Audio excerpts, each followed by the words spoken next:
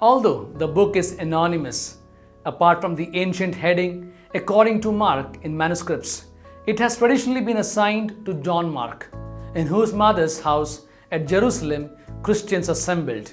Acts chapter 12 verse 12. This Mark was a cousin of Barnabas, Colossians chapter 4 verse 10, and accompanied Barnabas and Paul on a missionary journey. Acts chapter 12 verse 25, 13 verse 3, chapter 15 verse 36 to 39. He appears in Pauline letters, 2 Timothy verse 4 to 4 verse 11, and with Peter in 1 Peter 5 verse 13. Papias AD 135 described Mark as Peter's interpreter, a view found in other patristic writers. Petrine influence should not, however, be exaggerated. The evangelist has put together various oral and possibly written sources, miracle stories, parables, sayings, stories of controversies, and the Passion, so as to speak to be crucified Messiah for Mark's own day. Traditionally, the Gospel is said to have been written shortly before AD 70 in Rome, not a time of impending persecution and when destruction loomed over Jerusalem. Its audience seemed to have been Gentile, unfamiliar with Jewish customs. Hence Mark chapter 7 verse 3 to 4 and verse 11.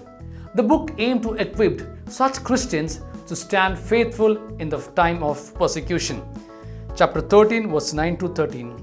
While going on with the proclamation of the gospel began in Galilee.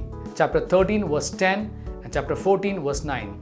Modern research often proposes as the author as unknown Hellenistic Jewish Christian, possibly in Syria and perhaps shortly after the year 70.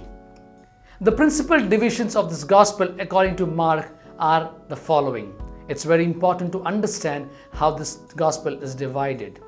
The preparation for the public ministry of Jesus, Mark chapter 1 verses 1 to 13. The mystery of Jesus, Mark chapter 1 verse 14 to chapter 8 verse 26. The mystery begins to be revealed, chapter 8 verse 27 to 9 verse 32. The full revelation of the mystery, chapter 9 verse 33 to chapter 16 verse 8. The longer ending, chapter 16 verses 9 to 20. So my dear brothers and sisters, the gospel according to Mark challenges every Christian, every Catholic to be a good disciple of Jesus Christ, to live a life of honor, to live a life of sincerity, and be a simple and humble disciple of Jesus Christ wherever we are called, in whatever things we do. So let us take up this challenge, as disciples took up this challenge, to live in Jesus Christ and to go ahead and proclaim the name of Jesus Christ till the ends of the earth. We have been called to proclaim the name of Jesus in our family, at our workplace, in our parish, and all the places we travel, to all the strangers that we meet, to all the people whom we don't like.